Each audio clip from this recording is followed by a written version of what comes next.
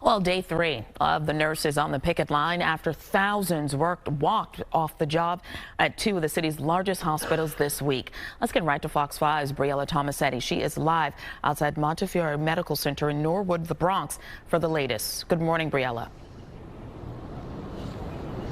Tashani, good morning to you. We do have somewhat of an update for you this morning. Union officials say that progress was made towards a possible settlement yesterday here at Montefiore Medical Center, but talks have stalled over at Mount Sinai. The hospital says its bargaining team has met with the nurses union more than 40 times since September, and that they are still prepared to bargain in good faith. 1, 2, 3, 4.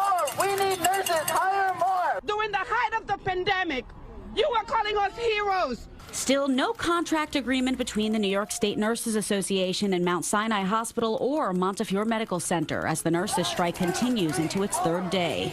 Talks resumed at Montefiore yesterday afternoon, but a deal couldn't be reached. The hospital says it will continue negotiating and that contingency plans will remain in place until the crisis is resolved. Mount Sinai and the nurses union have not returned to the bargaining table since negotiations broke off early Monday morning. We're going to be here as long as it takes, but yeah, we're waiting for them to come to the table so we can talk and negotiate something. More than 7,000 nurses from both hospitals walked off the job on Monday, protesting chronic understaffing and poor staffing ratios.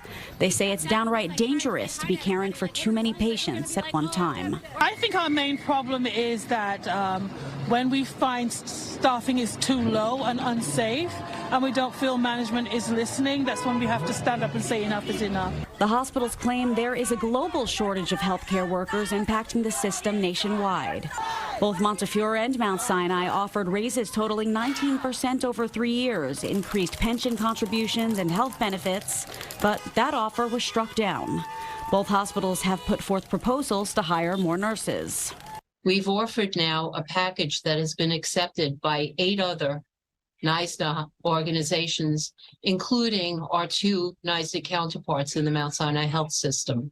The nurses union also rejected Governor Hochul's proposal for binding arbitration. Hospitals have enacted emergency plans like diverting ambulances, postponing all elective surgeries, and transferring patients to other facilities until the strike is over.